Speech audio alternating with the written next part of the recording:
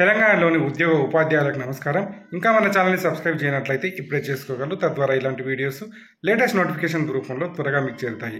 దసరా నాటికి ఉద్యోగులకు వెసులుబాట్లు, సానుకూల దిశగా రాష్ట్ర ప్రభుత్వం కసరత్తు. ఎన్ని ఆర్థిక ఇబ్బందులున్నా రానున్న దసరా పండుగ నాటికి ఉద్యోగులను సంతృప్తి పరిచేందుకు ప్రభుత్వం మొగ్గు చూపుతోంది. ఇందుకు ఆర్థిక శాఖ నుంచి సీఎం రేవంత్ రెడ్డి ఆర్థిక భారాలపై ఆరా తీసినట్లు తెలిసింది.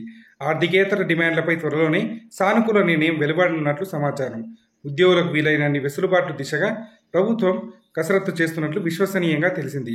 ఉద్యోగ జేఏసీలో రగులుతున్న అసంతృప్తిని రానున్న స్థానిక సంస్థల ఎన్నికల్లోగా చల్లార్చాలని యోచనలో సీఎం రేవంత్ రెడ్డి ఆర్థిక శాఖను వివరాలు కోరినట్లు తెలిసింది.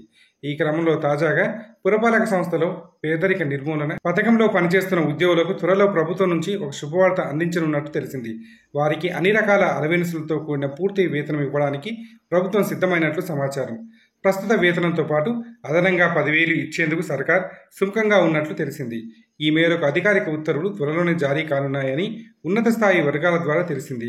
కాగా మెప్మాలో పనిచేస్తున్న 378 మంది ఉద్యోగులకు గత ఏడాది ఆగస్టులో సెర్ప్ సిబ్బంది మాదిరిగానే పూర్తి పే స్కేల్ అమలు చేస్తూ ప్రభుత్వం ఉత్తర్వులు జారీ చేసింది.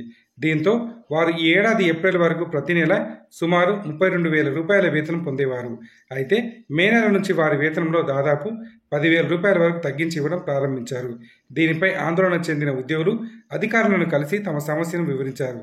అధికారులు స్పందిస్తూ పే స్కేల్ ఉత్తర్వులో అలవెన్స్ల ప్రస్తావన లేదని, అయినప్పటికీ ఇప్పటి వరకు వాటిని కలిపి ఇచ్చామని తెలిపారు. భవిష్యత్తులో ఆర్థికపరమైన సమస్యలు తలెత్తకుండా ఉండడానికి అలవెన్స్లను తాత్కాలికంగా నిలిపివేసినట్లు పేర్కొన్నారు. ఈ సమస్య పరిష్కారానికి ప్రభుత్వం ఒక ప్రత్యేక కమిటీ ఏర్పాటు చేసింది. ఈ కమిటీ అలవెన్స్లో కూడిన పూర్తి వేతనం ఇవ్వాలని ప్రభుత్వానికి సిఫార్సు చేసింది. ఈ నివేదిక ఆధారంగానే ప్రభుత్వం త్వరలో సానుకూల నిర్ణయం తీసుకోబోతుంది. దీంతో మెప్మా ఉద్యోగులందరికీ సెర్ప్ సిబ్బంది మాదిరిగానే అలవెన్స్లతో కూడిన పూర్తి జీతం అందనుంది. ఈ ప్రక్రియ త్వరలోనే పూర్తవుతుందని, ఉద్యోగుల సమస్య పరిష్కారం అవుతుందని అధికారులు వివరించారు. అంటే గతంలో ఇచ్చినట్లుగానే 32,000 వరకు అలవెన్స్తో కూడిన జీతం అందుకోనున్నారు. సర్కార్ నిర్ణయం తీసుకోనుందనే వార్తల నేపథ్యంలో మెప్మా ఉద్యోగులు సంతోషం వ్యక్తం చేస్తున్నారు.